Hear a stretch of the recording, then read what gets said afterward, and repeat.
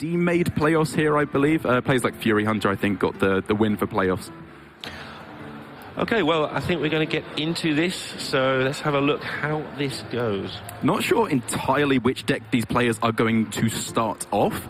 Zananananan has his Hunter, which has the potential to be a nice sweeper, so he could just get rolling with that straight away, as we see he is going to do. And what a spicy little hand he has to get rolling with. Spicy little hand indeed. One way to stop anything is this exact start. The egg, the old-fashioned your egg protects your board at the same time you're making 5/5s. Oh, the classic. It's so old, like the oldest Zoo Navubian egg is basically the first time that happened. Yeah. Yeah, you put down a big board, and if they want to quality consecrate it, yeah, 5/5 just pops up and annoys you. I mean, it's not as bad as the Naxxramas GVG era, where literally nothing died ever. Like, whenever you cleared the board, like 20 more minions would pop up out of Death Rattle effects afterwards. I guess we are in a carnivorous cube meta where it's kind of comparable now. That's a Cairn, and I don't think I've seen Cairn in the deck before. It instantly makes a lot of sense to me. Yeah, it's... I mean, I know it's stupid what I'm saying with it being even Paladin, but if it was 5 mana, you would be a lot happier because then you have a really sticky minion that curves into Spike-Ridge Steed perfectly. And, you know, it still does kind of the same thing, just a turn delayed. I would sort of argue that Spike-Ridge Steed costs 7 in this deck anyway, because the number of times you wait and go, dude, Spike-Ridge. That's a fair point. A lot of the time you're ahead, so it doesn't matter, and a lot of the time you're behind, so you have to Duke Spike. So I'd argue that it's not actually even that bad. But certainly the whole deck's about sticking something and making it bigger. Well, Cairn's like the ultimate sticky minion, and how many control mages have you seen this week for Polymorph? Not many. I haven't seen one. There's bound to be some here, but I haven't seen one. Me neither. So Zanananan's already in the situation where if I coin egg, he knows what I'm doing, but if I don't coin egg, I'm failing at my deck's idea. Yeah, so the other options would be egg a turn later, but then you're running into stuff like Blessing of Kings to kill it off, and obviously here he's throwing out his egg to potentially die. Yeah. Which Mitsuhide could very possibly end up doing, but I think that Zananananan would then say, okay, I only have one Death Rattle activator anyway, so I'm only going to get one 5/5 out of this for the moment anyway. So let's just throw it down, and if he gives me a 5/5, I'm happy. This is the time where you can kill an egg. Like, the general rule is don't kill the egg, but when they've coined out egg on 2, they have told you they have an activator. Yeah. So suddenly that general rule, you can still ignore it. I'm not saying you should definitely kill it, but you can definitely choose to kill it here. He also kept 3 cards, and how is one of those cards ever not Terrascale Scorpion? Yeah, and the danger is that 2 of them are activators. Yes, well, I think actually if one of them was play dead, we would have seen egg coin play dead on turn 3, because then that lowers the possibility for the response of killing off the egg. But here Mitsuhide is saying, I don't even care if you do have the Death I'm going to play a Chain Gang next turn, and I'm just going to let your 5/5 slow down, and I'm going to hit you hard. But that involved a lot of projection of, okay, how much damage do I get in if I do this? Maybe even just play the Corpse Taker, but I doubt it. Play down the Corpse Taker, then... Either way, you get punished by Flanking Strike fairly strongly, I think. Hydrologist isn't that tempting, but it's definitely worth considering that option too for, just put down a decent secret. They're all pretty good in this match. Oh, sorry, when you've got a board advantage in this match, they're pretty good. Obviously, they're terrible at actually doing anything else. And so I wonder if for Mitsuhide, his thinking will be, play the Chain Gang now, because like looking at the Chain Gang versus the Corpse Taker, they both end up relatively the same versus the Punisher Flanking Strike. You end up in a similar position. So maybe he wants to save the Corpse Taker for turn 5 so he can lead into a Spike-Ridge Steed on turn 6 and get a slightly stronger advantage with the Wind Fury and Divine Shield as well. Yeah, that's how I would have looked at it as well, but Mitsu's just going for the insta, you've got to kill this right now. And you don't currently have a Spider Bomb. Yes, and my logic there I think is slightly flawed, because I can see he has a Flanking Strike. From where Mitsuhide's sat, there's a chance he doesn't, and if he doesn't have the Flanking Strike, as you can see, the upside is quite a lot bigger. If, however, he picks up a Candle Shot off the top, the upside is quite a lot worse. Keeps hovering over this King Crush every turn. It's the thing he's thinking about. Is it like he's seeing it as a coach who's shouting him through to victory? I mean, if you can convince Mitsu that isn't King Crush, then in 100 turns' time it might be relevant. Maybe he just loves the art. It is good. The classic good art card, in fact.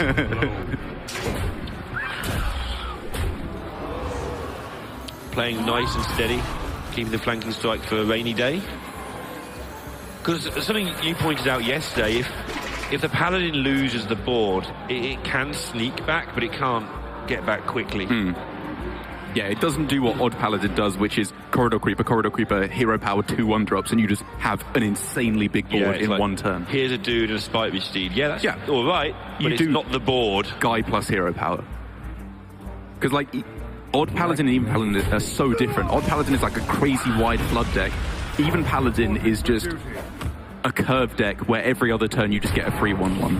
Yeah, I mean, Even Paladin was originally built very differently as a control deck, basically. And people realised, oh, well, we can make this kind of aggressive. Yeah. In a format where nothing is very aggressive, kind of aggressive is king. Yeah.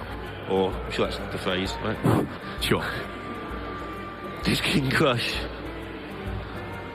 This is what people do when you ban their dead man's warrior. It's like, I'm going to just put this King Crush in your face the entire game. Because you've upset me. What could be going through his mind while he is hovering over King Crush every 3 seconds? Dinosaur. That's all I got. It's like being John Malkovich, but being Zananananan.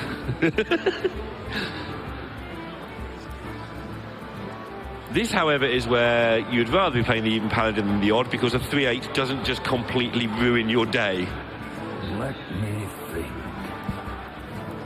And Mitsuhide's key decision here, the first real decision was not killing off the egg, but a major decision in this game, which was clearly Corpse Taker or Chain Gang here, has obviously worked out not quite so well as the other way around, I think, because of exactly the candle shot that was picked up. Maybe usually it worked out better, but it's still okay. He still ended up with a target for his Spike Ridge Steed, even if it didn't have the Wind Fury to attack him twice, which would have been a really gorgeous way to kill off this Witchwood Grizzly, just so that it couldn't be cube and play deaded.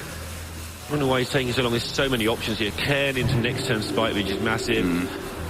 Even double Hydrologist to Noble Sacrifice plus get your dude back is actually just a relevant play. Yeah, I think I like with Even Paladin, when you can play the buff, I think you pretty much always should. Yeah. Just because Cairn will always be good, Hydrologist will always be okay, Spike Ridge Steed needs a minion. And preferably a decent one, which this is. Oh yes. Or was. Until the Hunter's Mark comes to play. And at the moment, the reason Mitsuhide's still in this with any sort of sharp, really, is there's been no Rexar picked up. I mean, I would argue Mitsuhide's in a pretty good spot. What does Zananan's hand do? Obviously, one good draw, like Katharina, obviously, that's my point, Zananan's winning. If you look at the hands and say they have to play this out, he doesn't win, but the rest of his deck is full of Katrinas and Rexars and ooh. Whereas the biggest power spike that Mitsuhide could hit is Tarim, maybe Lich King, something like that. Yeah, it's not quite so strong as Katharina, because I mean nothing is as strong as Katharina, pretty much. Yeah, that's a fair way of putting it. I think it's quite fair. Yeah.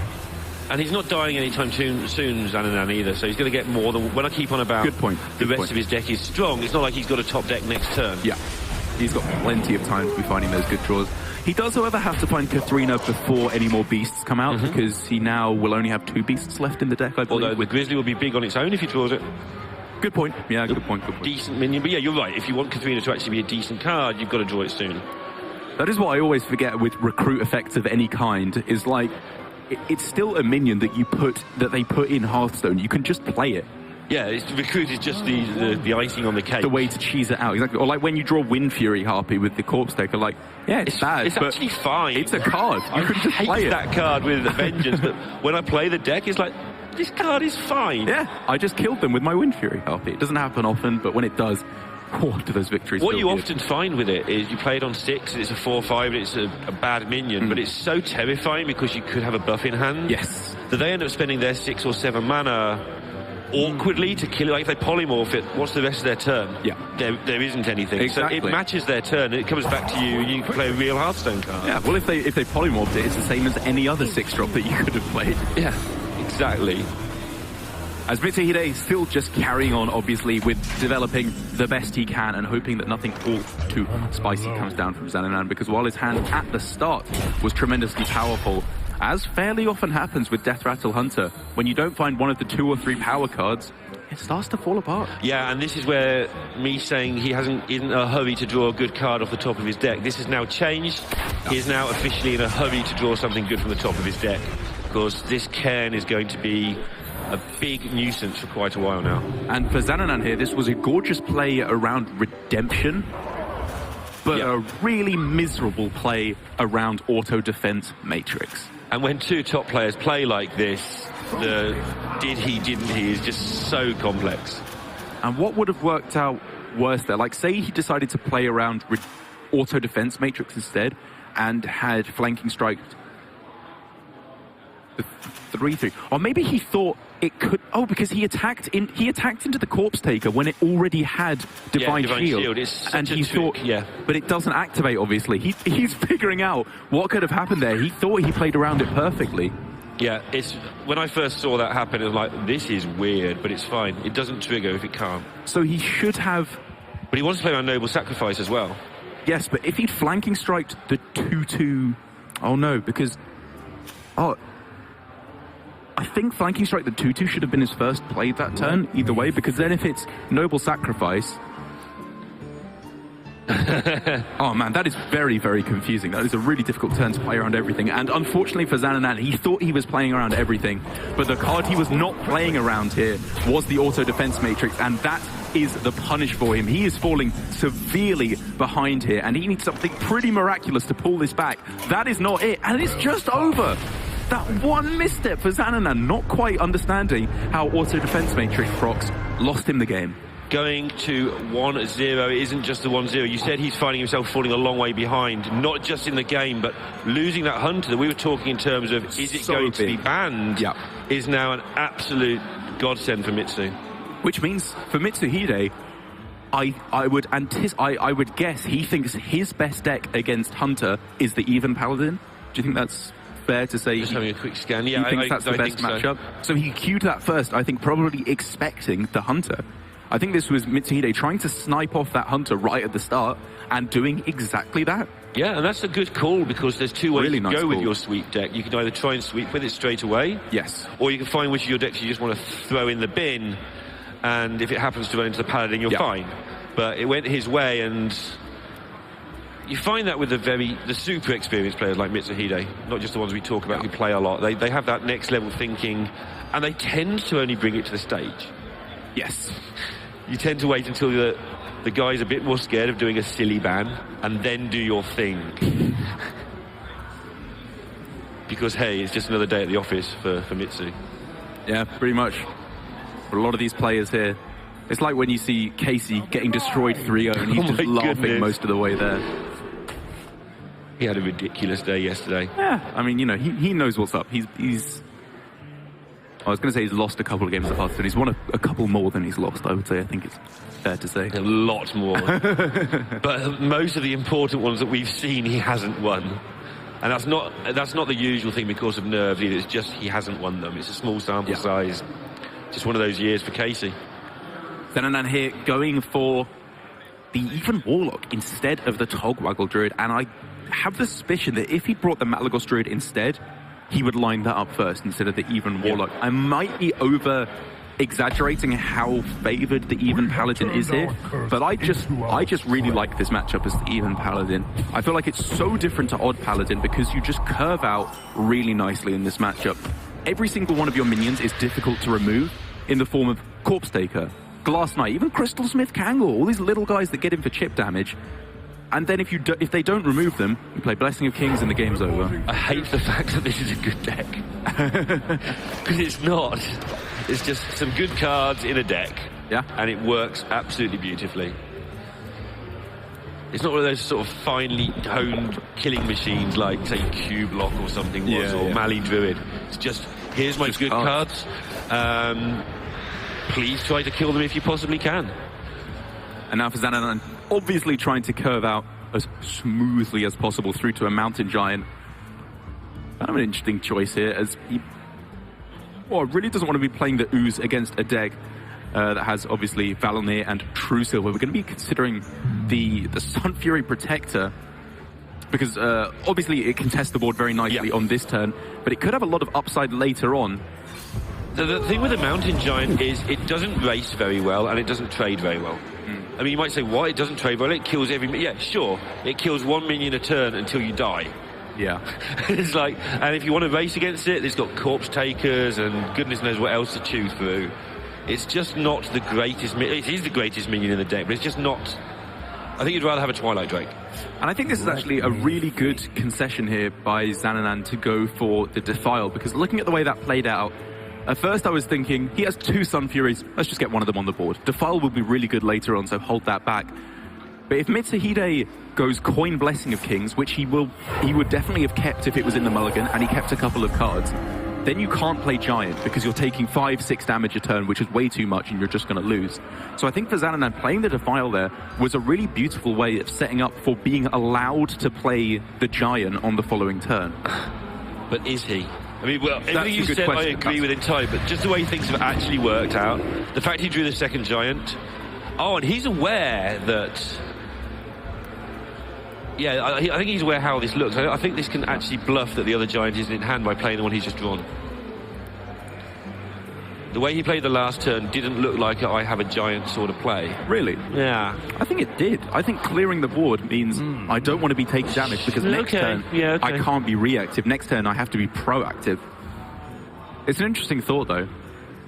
And like you said, obviously it hasn't worked out amazingly for Zananananan because the Glass Knight is still there, ready to get chunking away for an awful lot of damage. Got some good options here as well if you're Mitsu. I mean, you don't really want to True Silver Glass Knight a Giant twice. How often do you need a quality from this point on? You've got it with Consecration, so I guess you want to save it. But yeah, that could be real nice. It'll be good in turn 6 when they play 2 Giants and a Twilight Drake or whatever. Or when they play Sun Fury. Mitsuhide will be considering that next turn could be Giant Sun Fury, which, hey, it very probably will be on the following turn. Another way you can win this one quite often is they just about stabilise and you Equality and Avenging Wrath. Yeah, he's going to take this damage. Because then he's got it again next turn if there's another Giant. And your correction to me might stand here. He may have read there is another Giant. Oh man, I'm not sure about this play from Mitsuhide. I can totally see the merits. But when you have Equality Consecration in hand and a Divine Shielded minion on the board, if he just pushes face there... Do you think he thought he was going to get the Divine Shield back? You know what, to be honest, I wasn't even considering that with the Glass Knight. In my mind, that's just a 4-mana 4/3 with Divine Shield. I'm wondering if he just forgot the ordering of True Silver. I know he's a top player and all that. Oh, no, he was at full health. He wasn't thinking he'd get it back. Because he's going to take 8, then gain 2, and it would heal him. I thought you meant he would be considering to get it back on this turn. No, I was wondering if he thought perhaps the ordering was wrong. I don't think he thought that. Yeah, sorry. I thought you meant he would be No. considering to get it back on this turn. Look, I know how I play. I thought I'd get a Divine Shield back. Double Corpse Taker seems too tempting to resist here. I guess the fact that Equality Consecration was 2 turns away on turn 4 rather than 1 turn away is actually a pretty big consideration to go for the play he did, because the play I was imagining is you develop minions, you push face, and then if they ever finally taunt up, you destroy their board and you push for lethal, but it very possibly doesn't end up being so simple. For duty. I think with this deck, though, simple is often correct. I can get behind you saying, just the straightforward stuff, because I think actually with this deck, yes, there's some tricks, but most of it is just hit them until they die. And this is just working out very poorly indeed for Mitsuhide. He has that reset button in the form of Equality Consecration, but he develops absolutamente nada in the meanwhile. Yeah, against somebody who, whatever you just said, has a lot of cards. Yes. And they're probably minions because the deck is full of them. The old tell of when somebody thinks they're in front on camera. Takes a sip. Every time, man. Every time. Someone stabilizes, sip of water. There's just something funny about someone sipping water, and I cannot tell you what it is. When you work it out, let me know. I'm intrigued now. I don't know.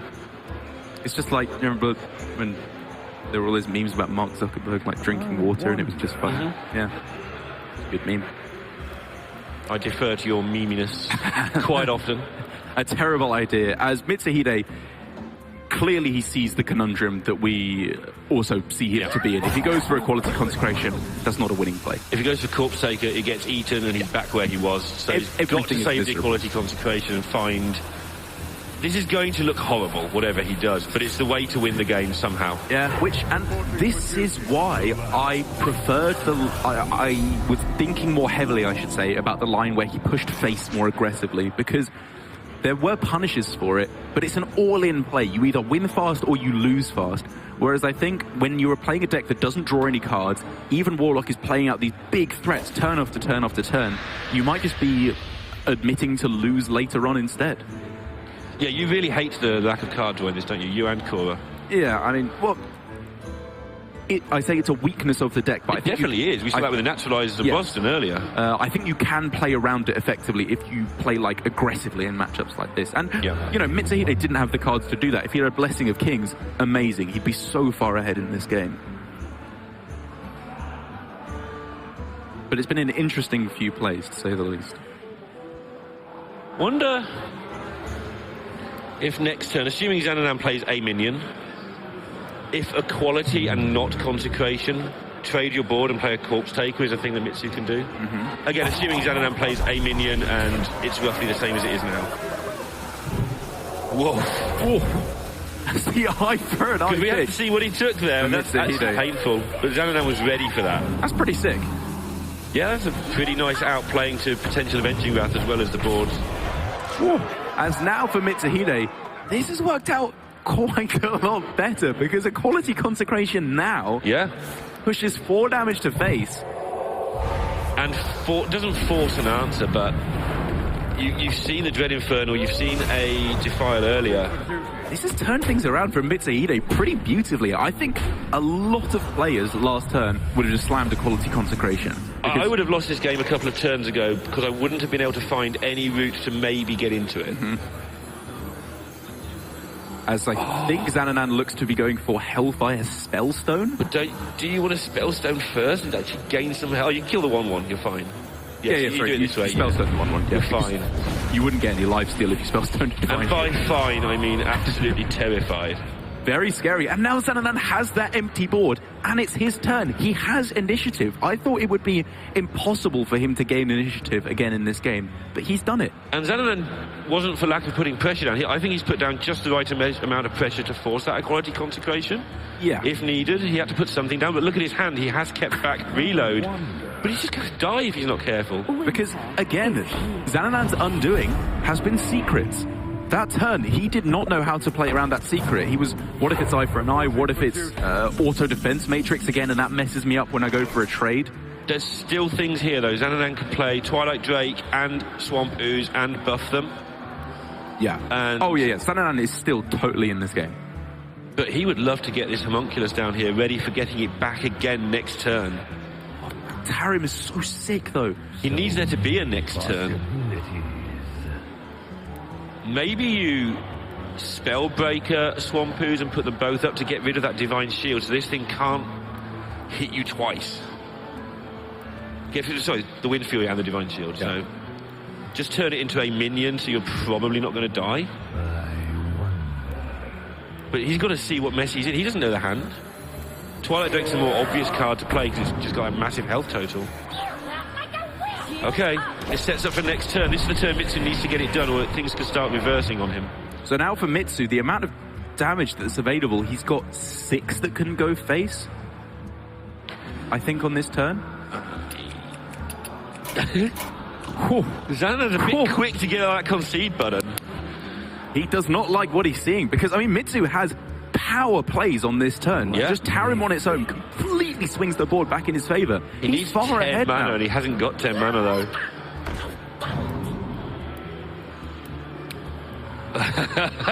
Ooh, probably Noble Sacrifice this time. Is he going for eye for an eye? He's serious. He's done it again. The absolute madman. But the first one is why he's in this position now. Yes, I mean, it protects him from Hellfire, I suppose, later on down the line. He probably goes for Hero Power instead to get an extra 3-3. But because he's pushing 6 damage to face probably on this turn, it means that Hellfire cannot be used to clear the board. He's thinking about it because he is wondering if he will be met with Hellfire Spellstone if he doesn't play Eye for an Eye. Oh, but then Spellstone could just come down first. This is so complex, this turn. Well, there's the 6 of which you spoke. Oof. Every single card's oof. This game is just one big oof. Because until Zanananan heals up, he cannot do any damage at all to Mitsuhide. Yeah. And also, Zanananan again doesn't know what the secret is. How does he play around it? If it's Repentance, he can't play Hook's Reaver first.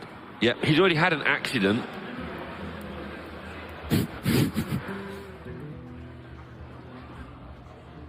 How had Mitsu turned this on? Those middle turns where he could not win this game of Hearthstone, but by playing to win for small amounts of outs rather than playing not to lose is why he's in this position. I cannot believe that Mitsu has turned this game around so convincingly. I thought he was dead.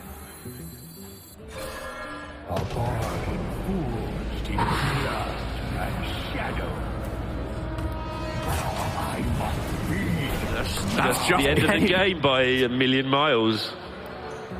And Mitsu is 2-0 up, and I don't know how.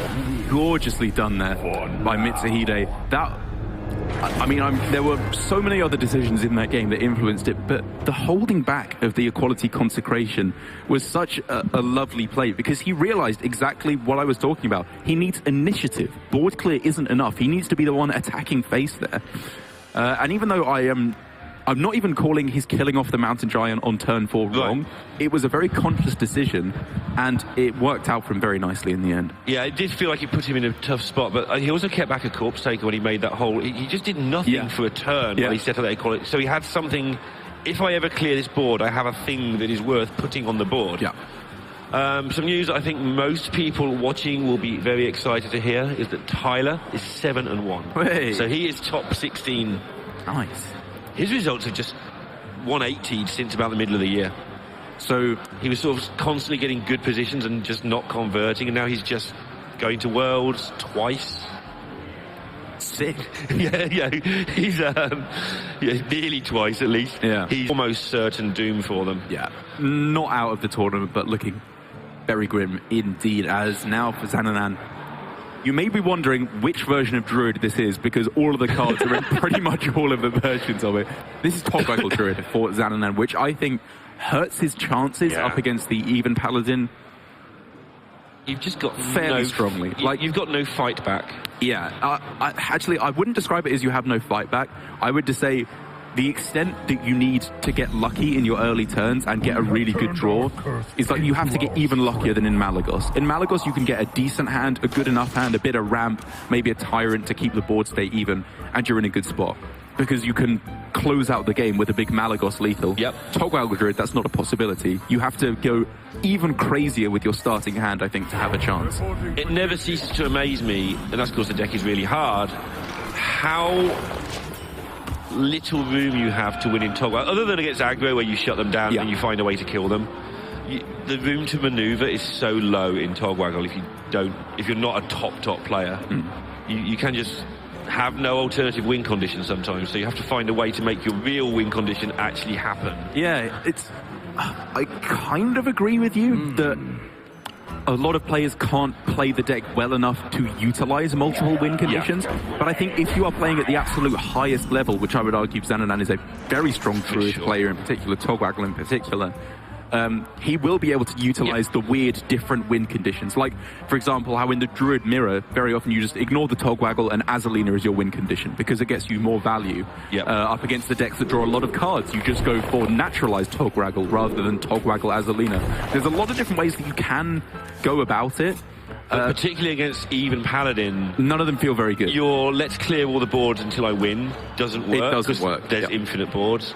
And the sort of let's treat you like a control deck and just sort of do you over doesn't quite work because they're putting pressure on you. It's going to be interesting to see how he approaches this. Because with some of the decks, if you just go for a turbo Togwaggle, just try and get it activated as quick as you can, get the Togwaggle as Alina, that doesn't win you the game because you have to have them, they have to have a clear board when you do that or you just die. Yeah, and it's going to be interesting. He's got a hand that is going to allow him to get into this, so we are going to get to see how he goes about it. The 2-drop here for Mitsuhide and the Wild Pyromancer is somewhat working against him. I think one could argue in the coin Blessing of Kings on that turn would have damaged his own board fairly strongly. But who knows, maybe setting up for if the Pyromancer dies, then coin Tower him or just Tower him on 6 if his board isn't cleared off aggressively enough. And the first thing that we're seeing here already from Zananananan is that he's not panicking too hard. He's emptying his hand out ready for Ultimate Infestation, but he's not going full-on swipe your things and hope. Zananananan makes the decision, though, to kill off the Wild Pyromancer instead of the Ooze. He wants to Spreading Plague. He doesn't want to get equality. That's the thing. I'm thinking about Spreading Plague, but say if you Spreading Plague on 6 mana, or 6 or 7 mana, basically when you Spreading Plague and you don't have the mana to do anything in addition to it, does it matter that they have a Pyro? Surely they could just equality and trade straight up across the board, 1 minion into 1 Scarab. That's fair. Whereas here, good point. Like Blessing of Kings, they would have had to put it on a minion. One of them still would have died. The Pyromancer would go to 1 health. Like, yeah, that is weird. You're right, because they trade 1 for 1 anyway. I'm sure he has some other reason, reasoning. Sorry, like maybe if you go Plague and they trade in a couple of 1/1s and then Consecration is the play, it all of a sudden becomes a 3 damage AoE to your Scarabs rather than a 2 damage, which is probably his reasoning why. But in the immediate, at least, it is not going to work out for him. Yeah, Mitch is just, okay, I don't mind you plaguing. Change of mind. And a minute ago I said he's not overly panicking, but actually that swipe is a case of, I need to kill these things now. Yeah, I need to get removing stuff off. The other swipes could have been better in the long term there, but he's struggling. Although next turn, everyone's favourite card. Everyone's favourite card will come down, but he will go, back up to 17, down to 13. That Avenging Wrath is a little scary. Yes. Zananananan does have to be keeping that in mind, because Togwaggle Druid does not make many minions. There's a good chance that all 8 of those missiles go directly to the face. However, the amount of armor that is in Zanananan's hand right now is a lot in caster terms. Also a very good point. It's more than I have fingers, and that's just classified as a lot. Yeah, I always forget that Druid is Druid. You know? Yeah, you look like they're in danger. It's like, no, you've still got 297 health to get through. Oh. Yeah.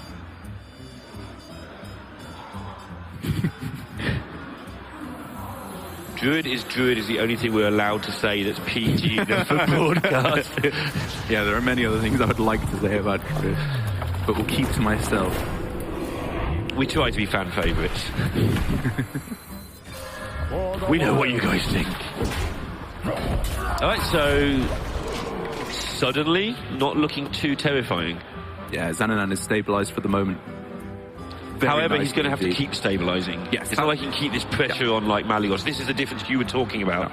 Malygos Druid here would start to gain control of this board and stay there. Well, Malygos would start to win. It would push this advantage very quickly into a win condition, because just say, for example, that Togwaggle was a direct swap for Malygos. Yeah. And then you could just go Dream Petal, reduce the Malygos, push for lethal in the next couple of turns. Whereas now, this is actually still a defensive setup. He's not pushing anything for anything. He's just trying not to die, which he should be able to do for some time. So it's going to be interesting. He will get into phase 2, which is try to win. And the way it's currently looking, like maybe Togwaggle comes down right at the end for a deck swap after he's drawn a whole bunch of cards. At the moment, it's just pressure. It's just winning the board, I think, that is Zanananan's best chance. 1 mana to kill a minion with Naturalize. Like, he's keeping up decently well on the board. But also that direct damage is starting to mount from Mitsu. He can't do it all in 1 turn, of course, but Weapon, Double Consecration, Avenging Wrath. Lich King's actually really good direct damage as well. Very nice. Yeah. It's got a decent average. Given that you usually get to use the card because they have to spend their turn killing the Lich King. Oh yeah, like the Lich King cards can be insane. If he was to get Anti-Magic Shell, Frostmourne for damage, even just Death Coil, but more damage directly to the face. Before you start, yeah. Then Army of the Dead's probably fine. Probably pretty good in even Paladin Day, yeah. Because you're not going to load up 4 minions, you're going to get 1 or 2, and they're probably pretty good. It's all right, yeah. If you get, you're probably looking at 1 or 2. At the moment, because you've been UI'd and you haven't faced a plague, it's not so good, but yeah you're okay.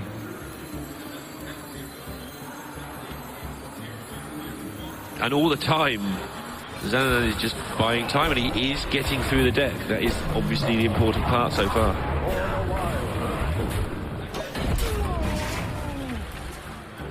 This is the first thing resembling a defensive setup he's had. Yeah, Mitsuhide has double Consecration, which again just doesn't quite do anything. Yeah, well, it doesn't do more than single. Yeah, 1 Consecration does pretty much the same thing, helping to clear up the board and start clearing stuff out of the way to hopefully get that damage through to face. And if he does find himself that equality, he doesn't have to go Equality Consecration. He goes Equality Venging Wrath and gets a very big amount of surprise damage. Swinging it around on that turn was very important as well, with the branching paths in Zananan's hand being kept there for a long time. A lot of people would have just armoured up with it some time ago, but he saw that maybe he can get it on a plague, not to win the game with damage, but to certainly put so much pressure on that Mitsu had to start trading and stuff. I agree for sure, and I think if he hadn't had the Dream Petal Florist and Togwaggle in hand, he might have gone for a line last turn where he plays Spreading Plague Branching Paths, but he wanted to get the Ironwood Golem out of his hand so that he could go for this play on this turn of guaranteeing the reduction of the cost of Togwaggle. So I think it was a nice little sequencing of 2 turns there for Zananananan. But this is now the last turn where he can afford to be what I would like to term as greedy, although it's absolutely fine. Yeah. Because now he starts walking into Consecration, Avenging Wrath, take a lot of damage territory. Yeah. So that's the last chance he had to be cute. He's got to start not dying again soon. Because he's 1 mana off dying on this turn. Because Mitsuhide, if he had 10 mana, could go Consecration, Avenging Wrath. Right. And just win That's the game. kind of where I'm going with that. It's like, this is the last chance you've got to... Which Zananananan will have realised. If it was a quality Avenging Wrath would be exact lethal, though.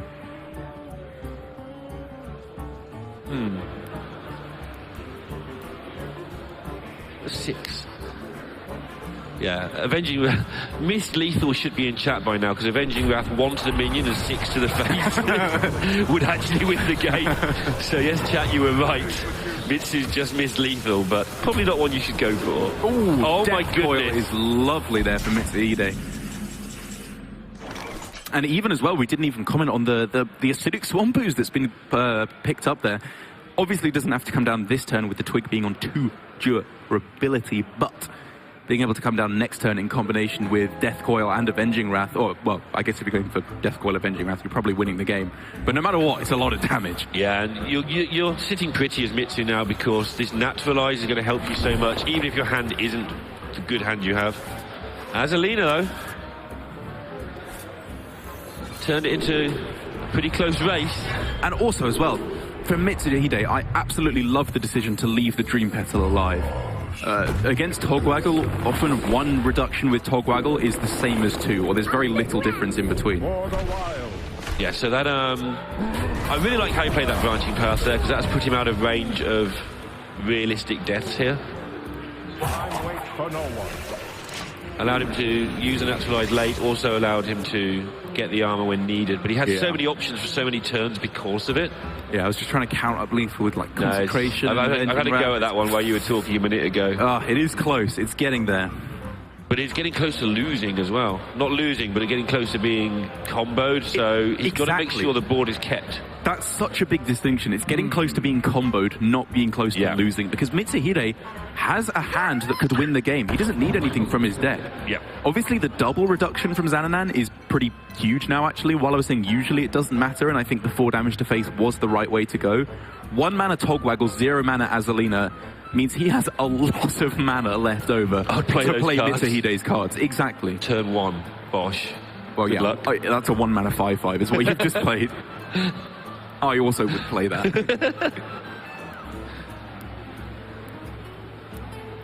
Move quickly. And he has plays that he kind of has to make. Like, you have to play Ooze on this turn. Yes.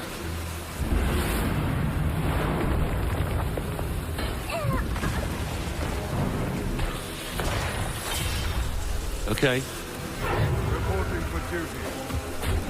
And he's just keeping that damage coming through to face, praying that the mana won't be there for Zananan. From Mitsuhide's perspective, maybe there was a double reduction on Azalina, and it's just the same as normal. Yeah. Instead of a 1 mana combo, it would be the regular 8 mana combo. And with the weapon going, this is where the game gets messy. Yeah. Because Zananan could now go trade, Spreading Plague, Togwaggle, like, use as much Ferocious stuff Howl. as you can. Like, you can just play so much stuff on this turn. Or, okay, just go for this first. As long as he's calculated that he thinks he never dies here. Because he just wants to give Mitsuhide nothing from his deck to be able to kill him with at all. Yeah, Mitch's face says, I know what's happening here. Oh my goodness, he's doing the combo as well on the same turn. Got the Innovate. Time waits for no one. But he's thinking about the Naturalize, I think. Like, not now, but he doesn't want to use He doesn't want to lose this hand, exactly. This hand's probably better than what he would get. Yes. But does he want to take fatigue? Oh. Yeah, I think I like this. I think I like holding back. I tell you why I like it most, analysing it. Yeah. If that rope is there, you're not dead next turn. Yeah. Just buy yourself another minute to work it out. But is he not dead next turn? How much damage comes through here? This is...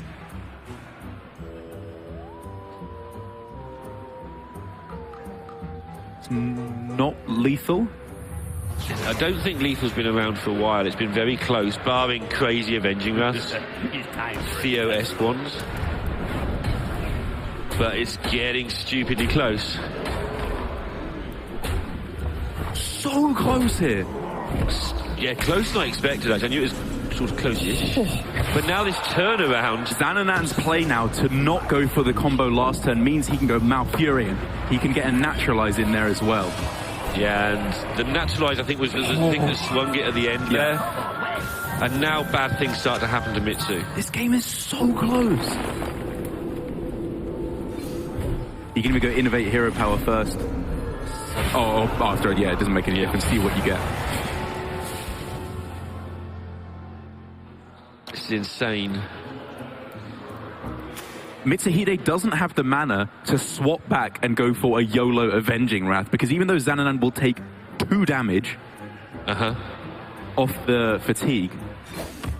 I mean, he could just go for YOLO Avenging Wrath and hit him in the face 7 times. Well, that's the thing. If he had the mana, he could swap and go for Avenging Wrath to hope to hit all 8 missiles face, which would be impossible. We both know that. Yeah. But it's his best shot, and I think we can clearly see now. Mitsuhide throws it down. That game was so close. And Zananan, the way he pieced it together was really interesting. It was a couple of early, not panics, but a couple of early things. I'm going to kill your minions now. Then he sort of let the board build a bit, tried to get the Spreading Plague to maybe connect with the branching paths as long as he dared. Wait to the exact right minute. No, I need armor. Okay.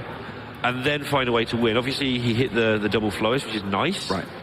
But then he waited that 1 extra turn to get the Naturalize in there to make sure that he was safe. I think he was safe anyway, but time was ticking and you just didn't want to face working it out. No, I think that decision at the end was right. The one thing that I think I have a grievance with his play, where there was one turn where he left himself dead to Equality Avenging Wrath. That was just lethal for Mitsuhide right there, which is not a ridiculous combination of cards to have. He was at 9 mana at the time, I believe. And you don't want to give your opponent outs like that, because he made that play. He left Mitsuhide able to get that lethal because he played Dream Petal on that turn to reduce the cost of Togwaggle, which I don't think he had to do right there. I think he could have waited another turn before then. But again, this is Zananan. He is a Togwaggle Druid expert. One of the pressures of playing as Paladin is their threats aren't that massive, but they're very diverse. Do I play against the weapon? Do I play against the Avenging Wrath? Do I play against the Blessing of Kings? Do I play against the Spite Reached? All this stuff gets in your head, and you can mess up. You can mess up a secret, as we've seen it's just constant pressure. But now we're going to get to see one of the artists of Shudderwock. Yeah, this is a strange old matchup. I'm just going to watch what happens, I think. Yeah, man. This is not like this is not like Malagos Druid, where the Malagos Druid is firmly in the lead. It's a pretty linear matchup. The Togwaggle the Malagos will draw through their deck, they'll set up for a combo, and they'll burst for the lethal. The majority of the time, that is what will happen, and the Shaman can't heal up or remove quite enough or get the combo quickly enough to win. Whereas with Togwaggle Druid, your combo works really differently, where you can still do most of the game plan the same. You ramp up, you play your Tyrant, you draw as much as possible. But then what happens afterwards gets really weird. And we're just going to have to see how this unfolds, because of all those things you just said, like, there's so many diverging paths suddenly. It's exactly, we're talking about how Zanananan had very limited ways to approach the Paladin game, and this one he's just got to see what happens. Obviously you have to have a plan, but... Well, yeah, because when I first saw this matchup, my first conclusion was, oh, Shudderwock will just win, right? Like, the Togwaggle Druid is too slow, their win condition doesn't really do that much against a deck that has an ultimate win condition of 30, 60 damage a turn Shudderwock. But you realize quite quickly, Shudderwock has a lot of pieces that need to come together for the combo to actually work. And if just one of them is stolen with an early Togwaggle, the Druid can just win, because the Shaman doesn't do anything. Yeah. But you've got to do it at the right time, so... You do. You don't make it so you're doing nothing as well. Then you get that weird, nobody's doing anything, who can wet noodle their way to victory. Sort it out as you go. Well, that's the weird thing about Togwaggle, is the whole deck is a big wet noodle. Like, it doesn't do anything. And actually, Shudderwock's not far off that itself. Yeah, that's true. I mean, if it wasn't for Togwaggle, which is definitely up in the hierarchy of those... Yeah. Shudderwock actually, like you've just described, just remove one or two pieces. It is just a nothing. Yeah. It's a Hagatha and some spells. Yeah. Very weird decks knocking against each other, but... oh boy, has Zanananan got a very nice hand going on. Ooh. And now it's game on. Ooh, even the branching path as well. Just as long as he doesn't run out of draw completely, Zanananan, I really, really like his spot here. And this is the deck that Mitsu wants to take on first. Obviously, the ordering doesn't matter, but when you're in round 8, you want to get it done quickly, so you try to pick the deck you're going to win with so you can have a break. Because I imagine Zanananan hasn't had a break all day. We've cut across to him once or twice yesterday and today, and now we're casting him. It's like, I imagine that he has been last to finish every round, and Mitsu just doesn't want that to happen again, and it might. And here we see it, Zanananan doing what Togwaggle does best, which is just to draw through your whole deck as quick as you possibly can, and picking up the Malfurion there is, I find, actually a really big deal, because one of the problems with Togwaggle is, while you're happy to swap away most of your deck to your opponent when you go for the combo, you really want to find Malfurion. That's one of the real key cards that you have to play because of how powerful it is, and you really don't want to give to your opponent. Yeah, the timing is everything, but like you say, it's the same with other decks. Like, you don't want them to have their Gul'dan, so you swap on turn 9 and hope to hit it and that sort of thing. Which, well, that's exactly what this matchup is. It's all about stealing the cards that your opponent wants, but not swapping too early, because then they can just beat you with your own deck.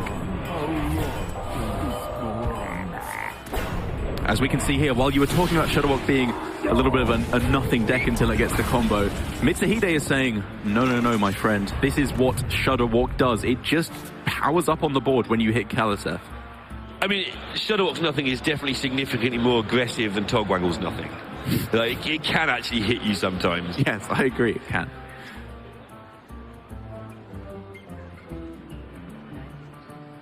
And Zanananan now has to make a decision every single turn. Not a hard decision this turn because he's so far behind on board, but every single turn he has to look, when do I have Lina? When do I have Lina?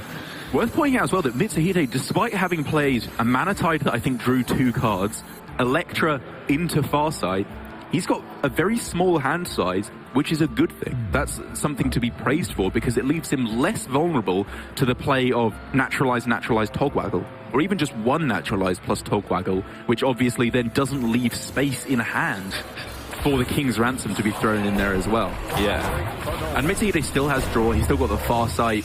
Could get himself another Acolyte to go with the Volcano, something like that later on. He's done a good job here of drawing cards while dumping his hand very aggressively as well. But the time will come when he can't dump them, such is the nature of the deck. Yeah. So he's not there yet, but these Volcanoes are a big clutter he wouldn't really want to have. Haggith blows up his own board perfectly. You really want to save the ooze? Yeah. Or perhaps you don't save the ooze.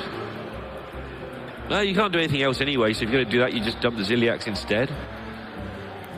Yeah, ooze isn't that important, I think, for two reasons, because ooze, the twig isn't as powerful in this deck as it is in Malagos Druid, and also once you've played the ooze, your Shuttlewalk has an ooze effect thrown into it as well, so you can just play the Shuttlewalk later on, I think, if you get there. Hagatha fills your hand up.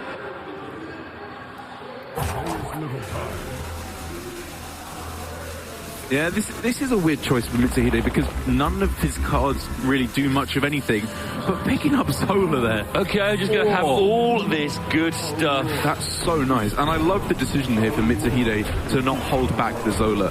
I think in some matchups you would consider holding back the Zola so you can go Shuttlewalk Zola on the same turn. Not here. You're afraid of it being stolen anyway, so let's tempo the board. And you've just seen a Plague, so even if you were in doubt, which you probably weren't, just here it all is.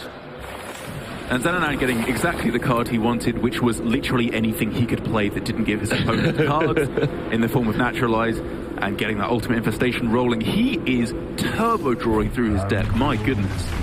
Goes so quickly. That's something that's caught me out multiple times on casts, despite looking out for it, is how many cards they have left. 6 cards! Versus 14. I have missed lethal more than once just because it's like, oh, he must have 10 cards left. It's like 2.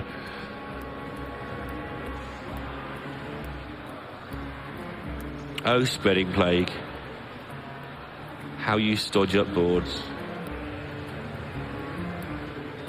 And again, Mitsu's hand is not conducive to anything he's trying to do right now. Mitsu does need to be afraid about filling up his hand size any further because while he has 6 cards in hand at the end of his turn, double Naturalized Togwaggle becomes a possibility, which Zananananan won't really like to do because that makes Mitsuhide draw cards from his deck rather than from the very small Druid deck. And as long as Mitsu has a really strong board, Zananananan can do nothing because he would just die to the things that are there a lot of the time. Although with a double Volcano in hand, if he knew that, he'd be fine. Kind of unfortunate for Zananananan that he hasn't drawn Dream Petal yet, because if he had, I would really not be that surprised to see another Ultimate Infestation here just to draw through the rest of his deck. Like, after you've got Azalina, Togwaggle, and the Dream Petal, and arguably the Naturalizes and the Malfurion, that's everything you need. You can just burn everything else. But instead, obviously, you know, he needs to take a somewhat more metered approach. I never thought I'd see the day where we called a mill deck a deck where you... I've seen self-mill decks, but this is mills your opponent by milling yourself first. Yeah. It's just the silliest thing. And that, kids, that's why we draw first. Yeah. That'll make chat happy. The draw first brigade. Yep, just needs to make sure he doesn't die, does Zananananan, because in the next couple of turns he can clear up quite nicely with Plague Swipe and maybe then go for the combo the turn after.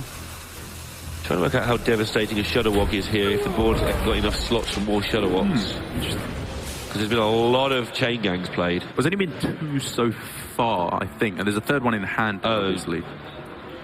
I think. Well, Mitsu knows that the time is nigh.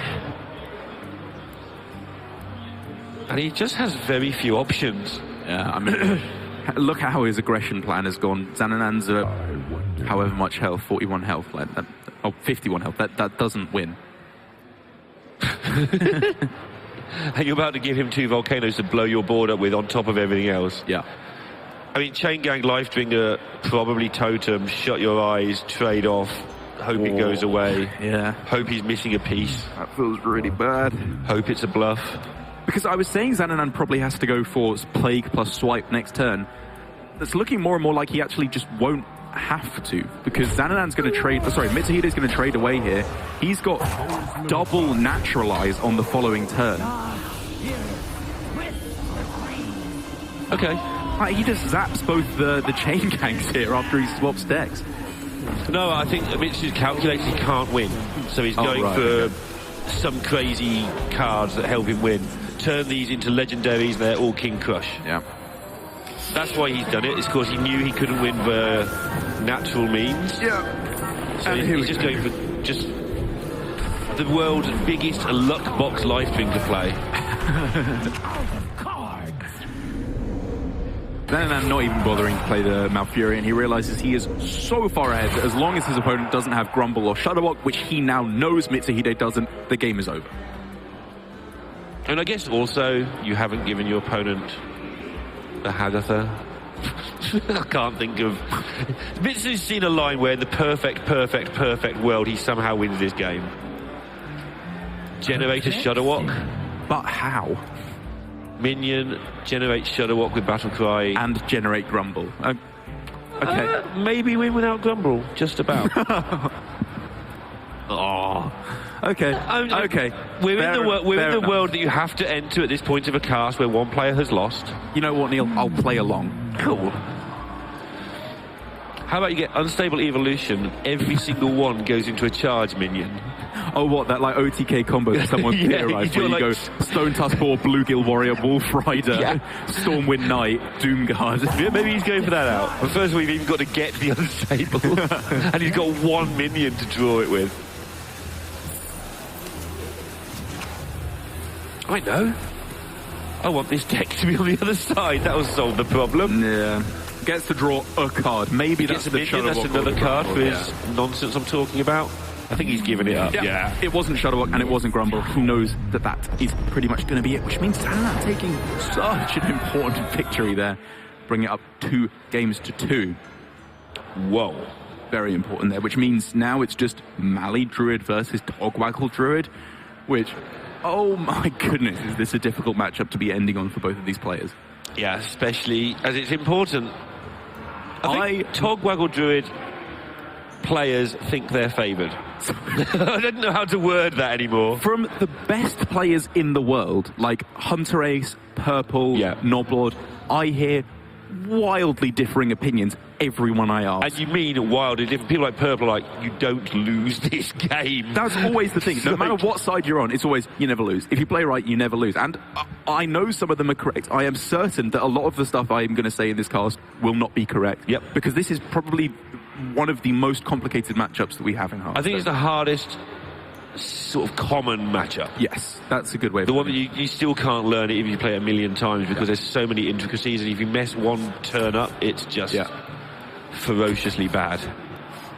But I think as a general rundown of how this is going to be going, for Mitsuhide, you're not going to be going as aggressively as possible for drawing through your whole deck and playing the Malagos combo, because that will not get there enough of the time. Zananananan can gain too much armor through double Ferocious Howl, double Oaken Summons, double Branching Paths, Malfurion. There's just too much armor. You can't really OTK them consistently.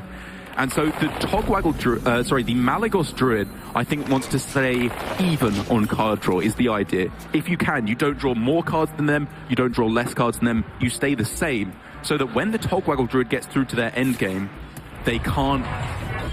the decks are the same size, so they can't really swap. Yeah, the Malagos can do a couple of things where it can get an early combo just by natural means, where it doesn't kill them, but it does so much damage that the damage is done. It can also just be ahead on board and level on the cards you were talking about. Those aren't easy things to achieve at this top level. Oh, that fine is if you're true. me. I can just play against some bad player playing Togwaggle and, I'm well, going to be that's fine. what's so hard about this matchup is when you play it on ladder, your opponent will be playing incorrectly. Yeah, the Malagos Druid is favoured anywhere below rank 2000 Legend. Or even higher. Maybe even 500 or 300. If you are halfway decent at this matchup, you will clean up every time because it's so difficult. I guarantee you will also not be playing perfectly. But it doesn't matter because you're Malagos Druid and it's fine. Yeah. But I think generally one of the things I've learned about this matchup to focus on from the Togwaggle Druid is you shouldn't even be calling it Togwaggle Druid in this matchup. You should call it Azalina Druid. Yeah. That I think is a really, really big factor to realize is you can go double naturalize to fill up their hand with stuff, anything. It doesn't really matter what. Then you play Azalina. because as long as you have more stuff than them, as long as you're playing more naturalizers than them, in fatigue, you'll just win. So we will see both players armoring aggressively, I assume, at that point as well. Very much so, very much so. Because you've got to be careful with how many cards you draw. And they both got Malfurion, so this one could be going a while. Oh, yes. I mean, here we see branching paths for draw for Mitsuhide. Like, again, there's so much stuff to be considering. Mitsuhide clearly wants to get the draw rolling rather than the armor. It's less important to gain armor for the Malagos than it is for the Togwaggle Druid. Yeah, and if you're going to have a lot of cards in hand, now's the time to have a lot of cards in hand. Yeah. So get them and play them rather than get stuck with it in hand, maybe. But here, Malfurion, pretty much an insta-play whenever you can. Getting that armor rolling is oh so important.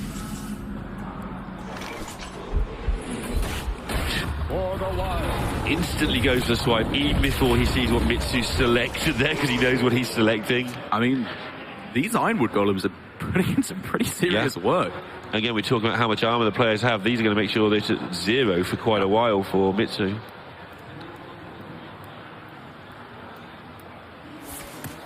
Whoa, but Mitsu's game plan here is looking very aggressive indeed. And that's why he drew the card, because he wanted to try and just get some backup for this. I mean, he has got Swipe, double Moonfire Twig in hand.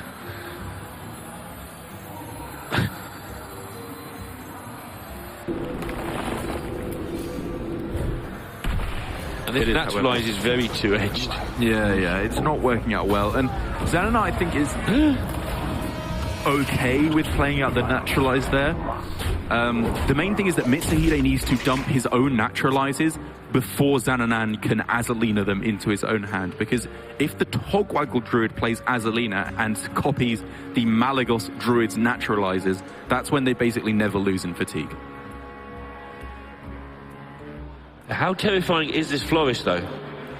There's Malagos double Moonfire Swipe. It doesn't kill everything or kill the opponent, but it does so much damage. Yeah, if he can find himself the second... the second flute... Oh, sorry, the second swipe or a flute, Mitsuhide would be doing a huge amount of damage here.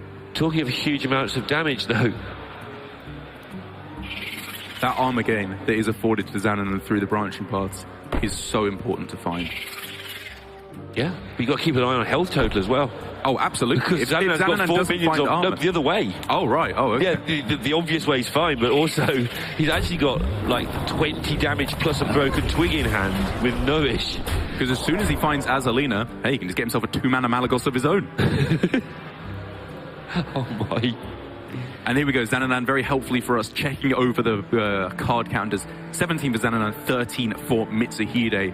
Zananananan is thinking, if I want to go for the Togwaggle win condition, I'd better get rolling. I'd better start drawing. But does he want to? This is the damage I was talking about a minute ago. Because there are options here to pick up even more damage in the forms of UI, etc. But yeah, he's playing the sensible way. But there was a lot available there that Noah should have gone differently. I think for Zananananan, though, I would argue you might be focusing a little bit too much on the aggressive. I'm not looking on being aggressive. I'm looking on, is it lethal? Oh, okay. If it's not lethal, you ignore it. Oh, the pickup of the second swipe. That is so much. He's got to do 39.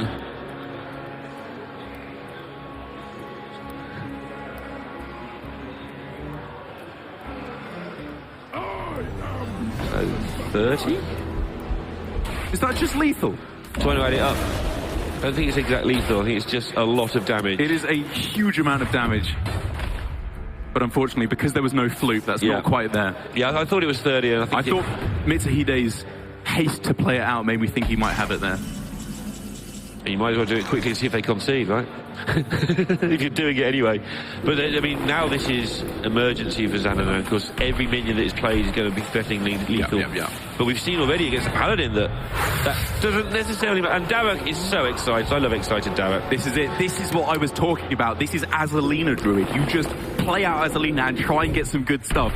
And 2 Naturalizes is the goodest of stuff. That is exactly what you're looking for as Zananananan. If he can just survive now, he wins in fatigue every time by such a wide margin.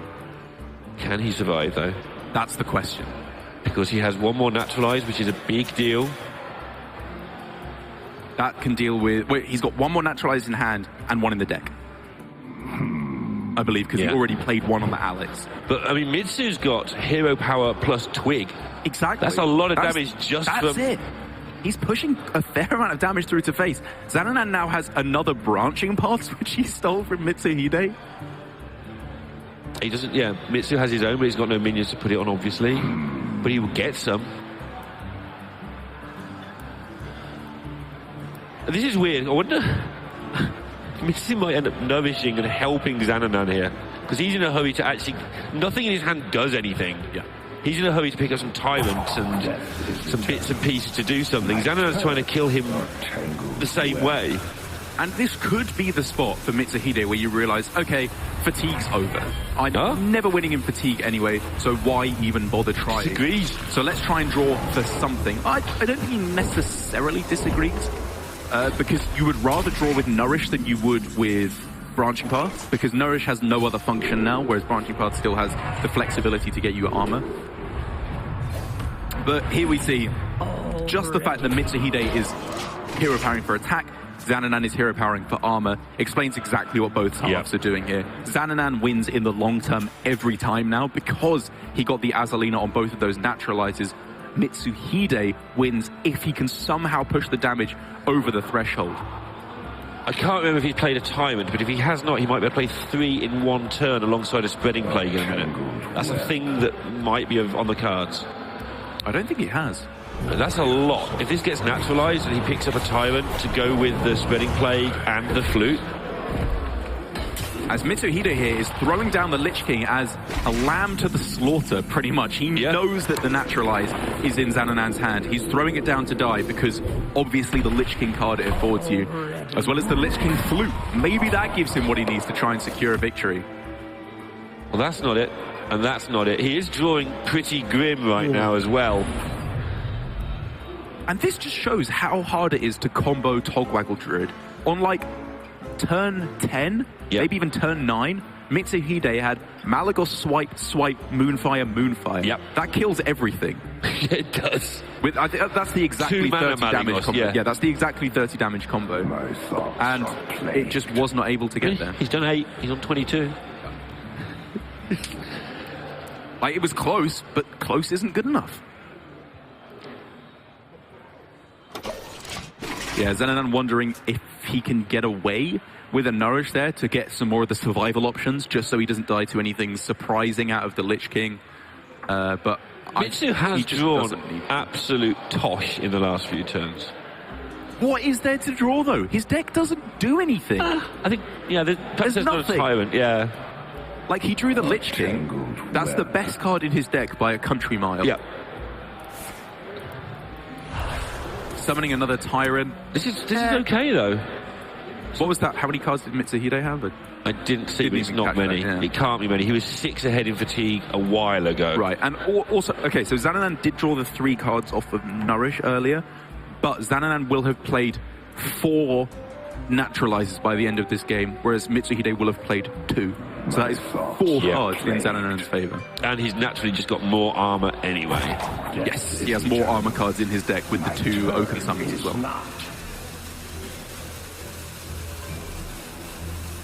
Yeah, Mitsu's got to find a board that sticks. And actually a board is hard to remove right now, but it doesn't matter. That's why Zananan wants to draw with the Nourish, because he's thinking, maybe some kind of board control that can be generated from Mitsuhide. Maybe he gets an anti-magic shell. Maybe he gets a Frostmourne. Gets one. Or the Death and Decay. 3 more damage. Yeah, that's something. Not enough. It's like the 5th best card, but a little bit overexcitable there. And this is the thing. This is why this matchup is so interesting, and some would argue so good for the Togwaggle Druid, is the Malagos Druid, after the threats come down, does nothing. He didn't have to go for the Togwaggle because Mitsuhide was drawing himself to death. This is it. This is the last gasp. I feel just go for it. Plague, double Tyrant. Yeah. This is what I wanted to see for 3 or 4 turns now. And it's like, just get that turn out there and lose quite often. He's got 5 damage from hand from a UI that could result in a draw at some point. And we say this a lot just to point it out. It's never happened on stream yet. I mean, maybe he just points the UI straight face. What cards are there he wants left in the deck? There's probably a couple of armor gain cards like Ferocious Howl. Maybe there's a Tyrant in there which could help get there. But just the 5/5 right now in one ultimate final push is his best shot.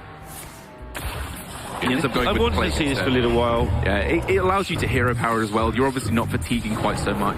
I mean, he's got 10 damage on board. He's also got this turn where you do something somehow. Yeah. And he forces Zananan to go for the Nourish here, which clearly Zananan did not want to do, or he would have utilized the mana on an earlier turn where he had lots of mana spare. So Branching Paths does buy some armor, but it just resets the turn. Buys an armor, he can attack him with the Spellstone. He's still got the Twig at 1 durability as well, so he can just let rip with that whenever he wants. But I've been thinking about this for both players. They've both got the Twig at 1, but both have got not very much to do with 10 mana.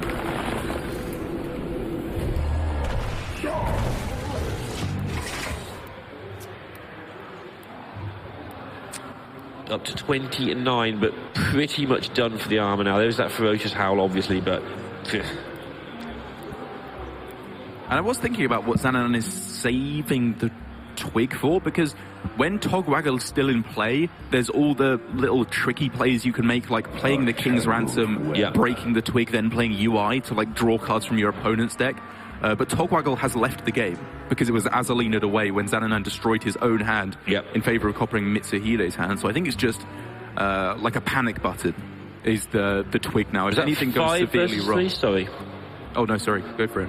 Definitely 3 cards for Mitsu. I think it was 5 for Zananan, but I didn't catch it quite. So Naturalize would level the scores in that front. Okay. Which is interesting, because I thought he was further ahead than that, I must admit. Yep. But I mean, Zananan, quote-unquote, drew a card at the start of the game by playing the Oaken Summons, recruiting the Golem from his deck. He's drawn some cards this game. He's looking at Death and Decay into proc my Twig into do something else, but there's no time now for any of that, I don't think. Maybe I overstated how good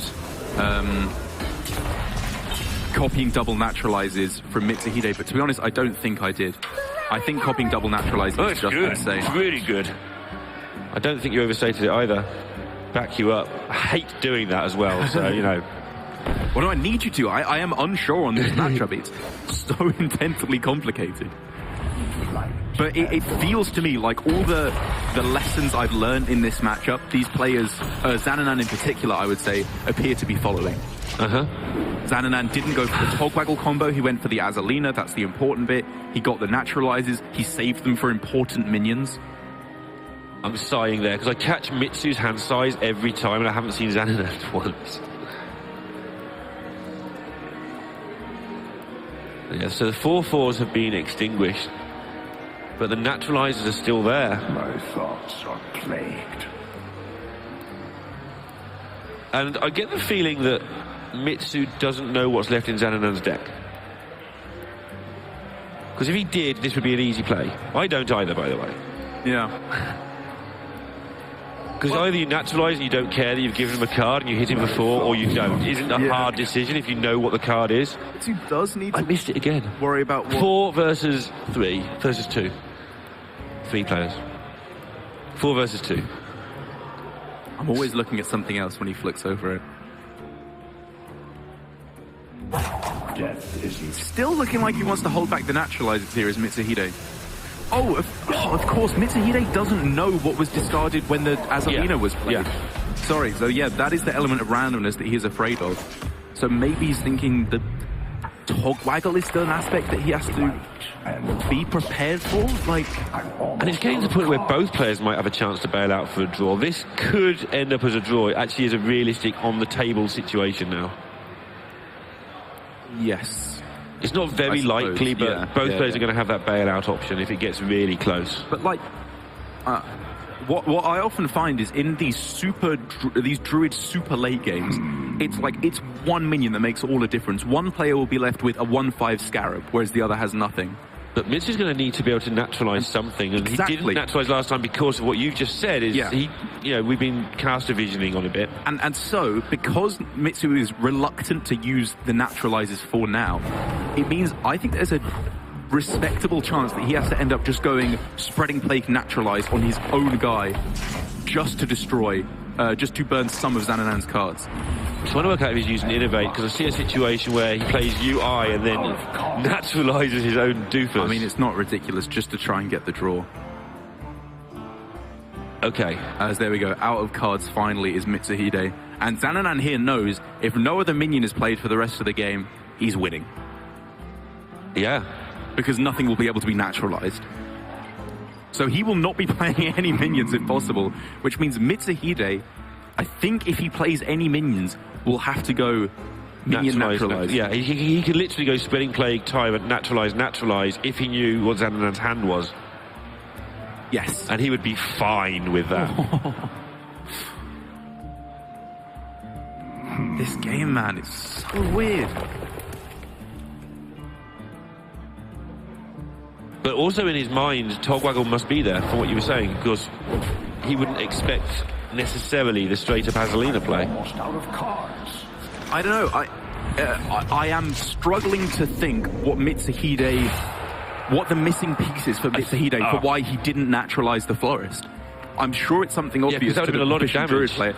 It would have just been something to play his naturalize on. And he hits for 4 more, which is... Sure. I mean, look, is that going for 4 twice? Oh, no. He doesn't want to get naturalized himself. He wants to clear off his own minion, of course. So he doesn't get naturalized himself, of course, yeah. And he's going to wait 1 more turn so he knows if Tog's there or not, and then he's going to do the Spreading Plague Tyrant play, I believe. If he had gone for naturalize the opposing minion and naturalize his own minion, he would have been able to attack for face for 4 first of all. So he pushes his Tyrant face, naturalizes the Florist and his own Tyrant. But has less information about what's going on. This has now got to the last turn, and Zananan's done nothing. It's like, oh, yeah, maybe now I Spreading Plague, Tyrant, naturalize, and burn you a lot. And so Mitsuhide, like you said, could very possibly go Plague Tyrant, nat. Hope that Zananan has no minions left, because from where Mitsuhide's here, Zananan could have another minion. He could just have Togwaggle, which obviously does nothing in terms of decks. But it's massive. Well, it's a nat. It's something that Zananan can play naturalize on, most importantly. And that's why Mitsu's thinking here of playing just one of those 2 cards and naturalize it. And what else can he do? Let's work backwards, not like work out what is perfect, what we can see.